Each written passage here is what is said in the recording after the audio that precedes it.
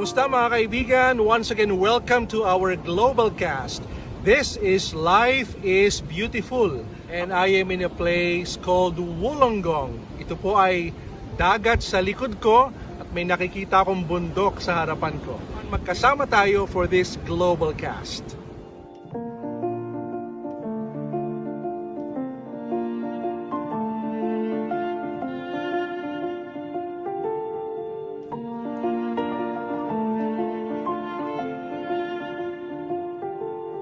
Psalms 23. The Lord is my shepherd, I shall not want.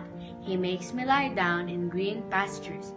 He leads me beside quiet waters. He restores my soul, guides me in path of righteousness for His name's sake. Even though I walk through the valley of the shadow of death, I will fear no evil, for You are with me. Your rod and Your staff, they comfort me. You prepare a table before me for the presence of my enemies. You anoint my head with oil, my cup overflows. Surely goodness and mercy will follow me, and all the days of my life I will dwell in the house of the Lord forever.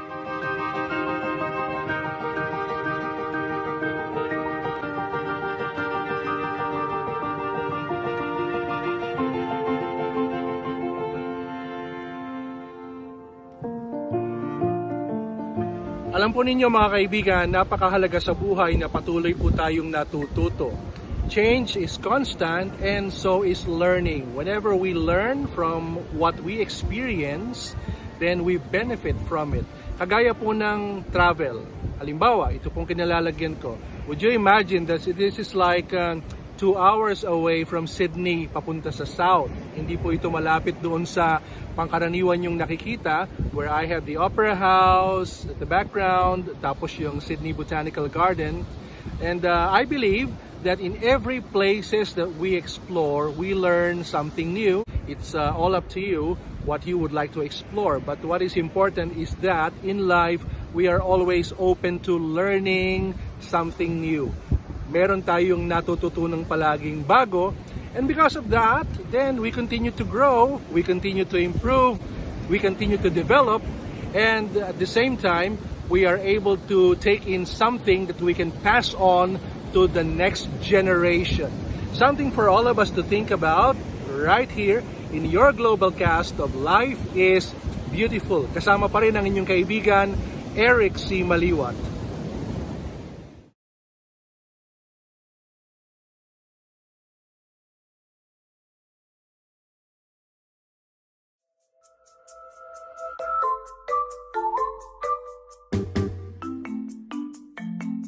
Kaibigan, kumusta ka? Ako ang iyong resilience coach Eric C. Maliwat, coming to you from Sydney, Australia. I'm just taking time to say hello. At the same time, para paalalahanan ka ng dalawang importanteng bagay patungkol sa pag-iingat sa sarili o self-care. Kasi talaga namang lahat tayo ay nagkakaedad dahil sinasagot ng Lord ang ating prayer ng mahabang buhay, di ba? So unang-una, tandaan mo na makinig sa sinasabi ng iyong katawan. Makinig sa sinasabi ng iyong katawan sapagkat inilagay ng Diyos ang mga faculties ng ating katawan upang ating mapag-ingatan ng ating sarili. Kung nangangailangan tayo ng tulog, tayo ay naghihikab. Kung kailangan natin ng medyo matamis, nagkikrave tayo ng matamis. Kung tayo ay nauuhaw, tayo ay kinakailangan uminom ng tubig, di ba? So, itong mga bagay na ito at marami pang iba, kinakailangang pakinggan natin kapag sinasabi ng ating katawan. Kung paanong kinakailangan din naman nakikinig tayo sa sinasabi ng Espiritu ng Diyos sa ating mga kalooban, sa ating mga isip. Napakahalaga na makinig sa sinasabi ng Espiritu at makinig sa sinasabi ng ating katawan. Pangalawa, ay bigyan ang sarili ng pahintulot na maging imperfect. Tandaan mo, ang ating perfection ay nasa Panginoong Jesus na nasa ating mga puso. Pero tayo ay mga imperfect beings. Kaya huwag ka namang masyadong ma-stress kapag ikaw ay nagkakamali. Huwag ka namang masyadong ma-depress kapag ikaw ay may mga nagagawang pagkukulang. O kaya naman kapag ikaw ay hindi nakaabot sa standard o panuntunan na iyong sinusunod.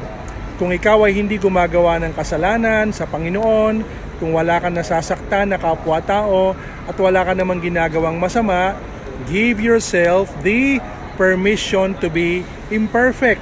Bigyan ng pahintulot ang iyong sarili na maging imperfect at paminsan-minsan ay nagkakaroon ng mga pagkakamali. Sapagkat minsan masyado naman nating sinisisi ang ating sarili to the point na tayo ay masyado nang nade-depress o naliligalig sa buhay. Lalo na tayong mga born again.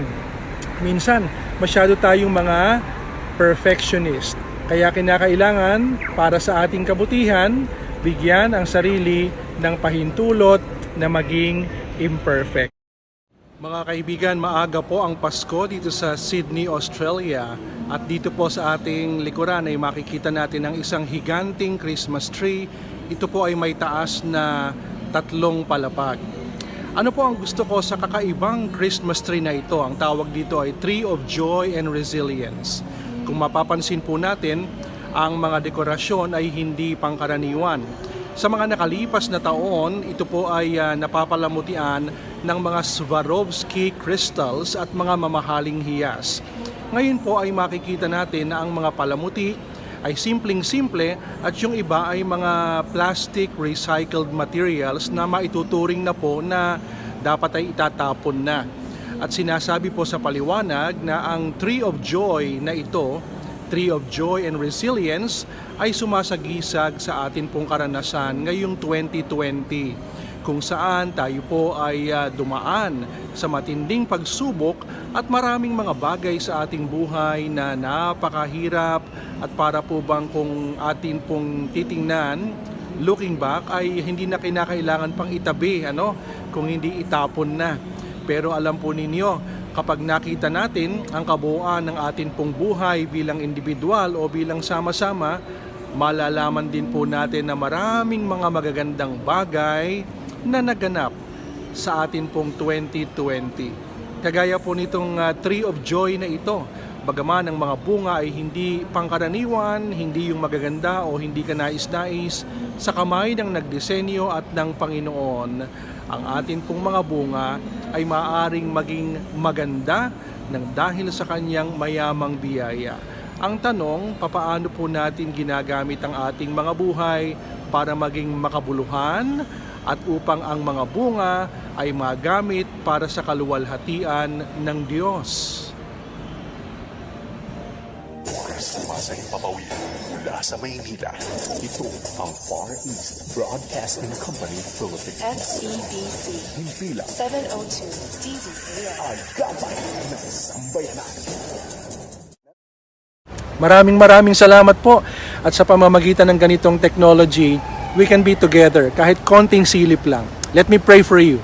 Panginoon, pagpalain po ninyo siya, nakasabay ko ngayon na nagpe-pray. Marami pong salamat sa buhay ng kaibigan kong ito. Marami pong salamat sapagkat ang inyong biyaya ay sapat sa kanyang mga pangangailangan. Patuloy niyo po siyang gabayan, patuloy niyo po siyang patnubayan, patuloy niyo po siyang samahan. At maraming salamat, Panginoon, hindi mo pababayaan ang kasabay kong nagpe-pray na ito.